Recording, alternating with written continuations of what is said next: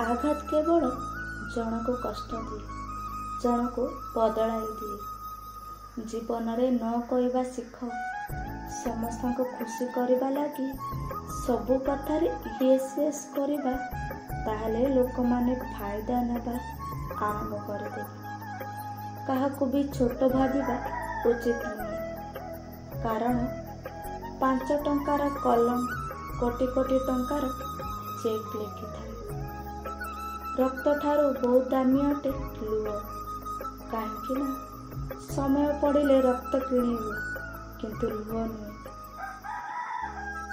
निजको सबु बेले व्यस्त रखंतु, देखिबे जीवन रे भलरे शिखिजिबे।